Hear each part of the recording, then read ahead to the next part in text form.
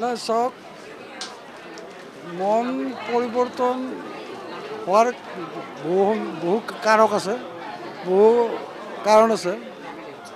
প্ৰথম কথাটো হৈছে যে মই এটা বিষয় অনুভৱ কৰিছোঁ, উপলব্ধি কৰিছোঁ যে আমি মিত্ৰজোঁটত আবদ্ধ হৈ আছোঁ আৰু মিত্ৰজোঁটত আবদ্ধ হৈ থকাৰ ফলত আমি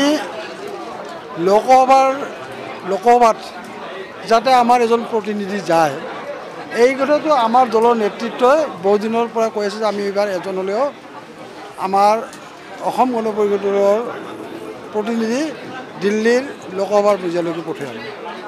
এই ক্ষেত্ৰত অকল আমাৰ দলৰ কথাই নহয়, আচলতে ভাৰতীয় জনতা পাৰ্টীৰ আমাৰ মুখ্যমন্ত্ৰী ডাঙৰীয়াৰো এই বিষয়টো গুৰুত্ব আৰোপ কৰিছে যে এজন হ'লেও আমাৰ প্ৰতিনিধি অসম গণ পৰিষদ দলৰ প্ৰতিনিধি দিল্লীত যাব লাগিব।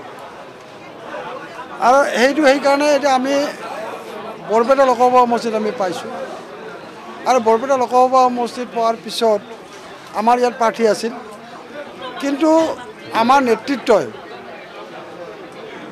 বিভিন্ন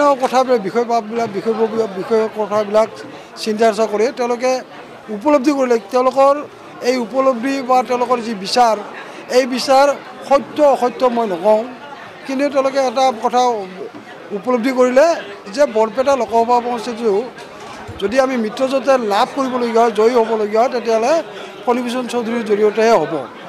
এই কথাটো তাৰমানে তেওঁলোকে উপলব্ধি কৰিলে আৰু এই উপলব্ধিখিনি কৰাৰ পিছত মোক যেতিয়া জনালে, মই ভাবিলোঁ যে যদি মই লোকসভালৈকে নিৰ্বাচিত হৈ গ'লেই বা মই প্ৰাৰ্থী হ'লেই যদি অসম গণ পৰিষদ দলটো শক্তিশালী হয় আৰু মই অসম গণ পৰিষদ দলৰ প্ৰাৰ্থী হৈ বৰপেটা লোকসভা সমষ্টিৰ জয়ী হ'লেই যদি তাৰমানে ভাৰতৰ প্ৰধানমন্ত্ৰী নৰেন্দ্ৰ মোদী ডাঙৰীয়া তৃতীয়বাৰৰ কাৰণে প্ৰধানমন্ত্ৰীৰ পদখনত অধিষ্ঠিত হ'ব পাৰে, সেই প্ৰতি লক্ষ্য ৰাখিয়ে মই আচলতে এই প্ৰাৰ্থিত্ব মই গ্ৰহণ কৰিছোঁ। আৰু তথাপিতো মই এটা কথাটো আপোনালোকক এই কথাত ক'ব লাগিব যে যদিও মই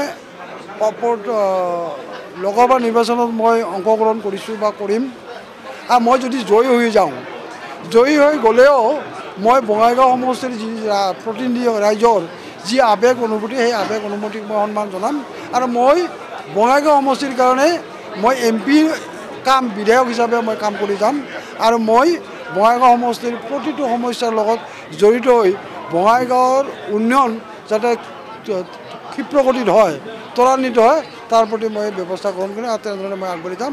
আৰু এই কথাখিনি মই মাননীয় মুখ্যমন্ত্ৰী ডাঙৰীয়াকো কৈ আহিছোঁ। নাই চাওক, দুটা চিট আমাৰ বৰপেটা লোকসভা সমষ্টিটোত আমাৰ তাৰমানে 100% আমি জিকিম। বৰপেটা লোকসভা আমি দখল কৰিম। ধুবুৰী লোকসভা সমষ্টিটোত তাৰমানে এইবাৰ লোকেল আৰু চালানীৰ খেলা হ'ব। তাৰমানে তাতে কংগ্ৰেছৰ প্ৰাৰ্থীগৰাকী ৰকিবুল হুছেইন, তেওঁ নগাঁৱত, AIUDFৰ প্ৰাৰ্থীগৰাকী আজমল ডাঙৰীয়া, তেওঁ তাৰমানে হোজাইৰ। গতিকে এই দুয়োগৰাকী প্ৰাৰ্থীৰ বিপৰীতে আমি অসম গণ পৰিষদ দলে জাভেদ ইছলাম ডাঙৰীয়াক আমি প্ৰাৰ্থিত্ব প্ৰদান কৰিছোঁ।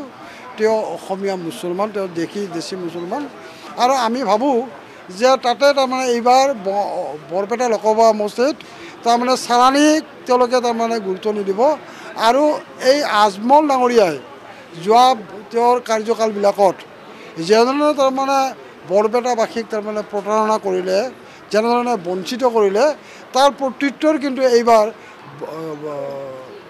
ধুবুৰীবাসী ৰাইজে দিবৰ কাৰণে প্ৰস্তুত হৈছে। আৰু সেই ক্ষেত্ৰত আমি বিবেচনা কৰোঁ যে তাত আমি তিনিকোণীয়া কণ্টেষ্ট হ'ব আৰু তাত আমি তেওঁলোকৰ এই তিনিকোণীয়া কণ্টেষ্টৰ মাজত আমি অসম গণ পৰিষদ দল ওলাই আহিলেও আচৰিত কথা নহ'ব।